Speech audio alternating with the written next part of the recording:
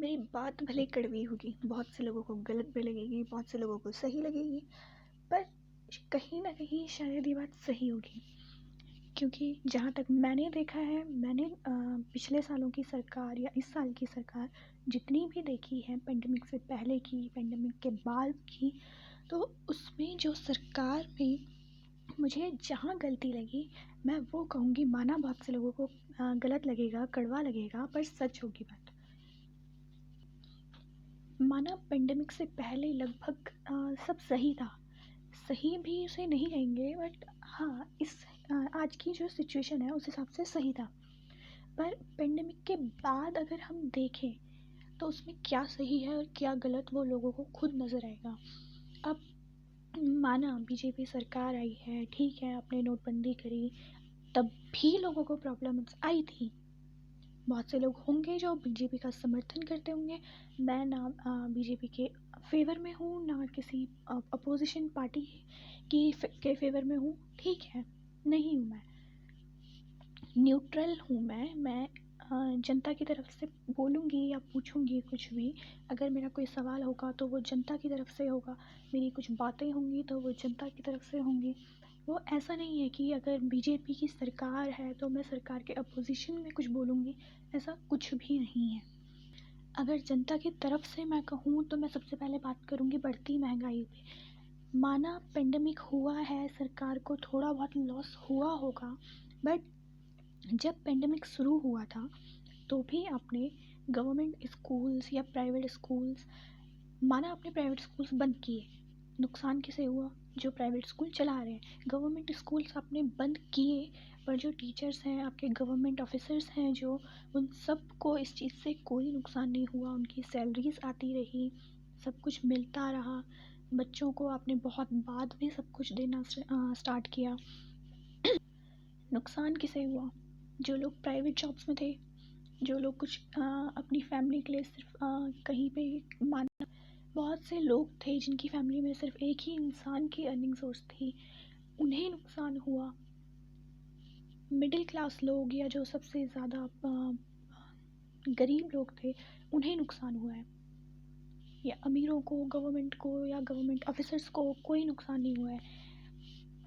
अगर देखा जाए तो अभी भी इन चीज़ों की महंगाई बढ़ती ही चली जा रही है, वो कहीं पे भी कम होने का नाम नहीं ले रही है।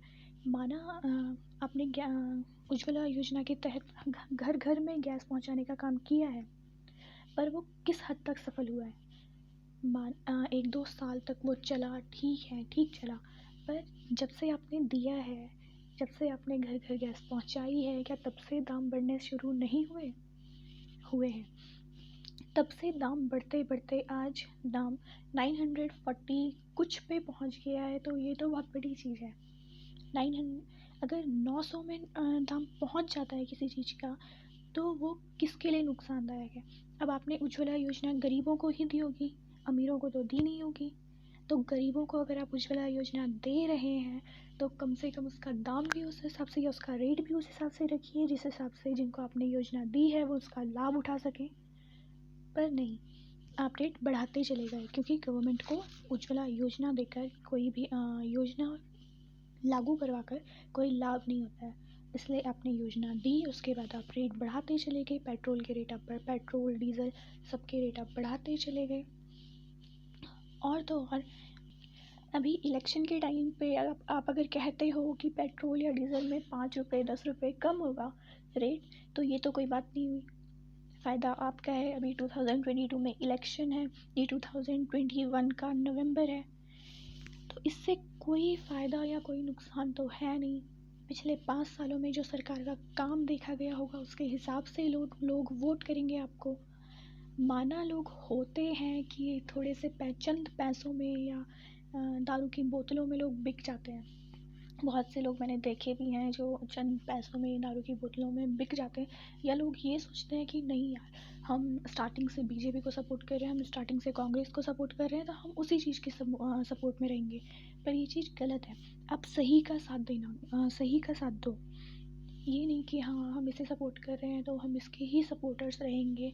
नहीं, आप ये भी तो देखो, जिसे आप सपोर्ट कर रहे हैं उसे सपोर्ट करके आपका फ़ायदा हो रहा है नहीं हो रहा है, ये भी तो समझ होनी चाहिए।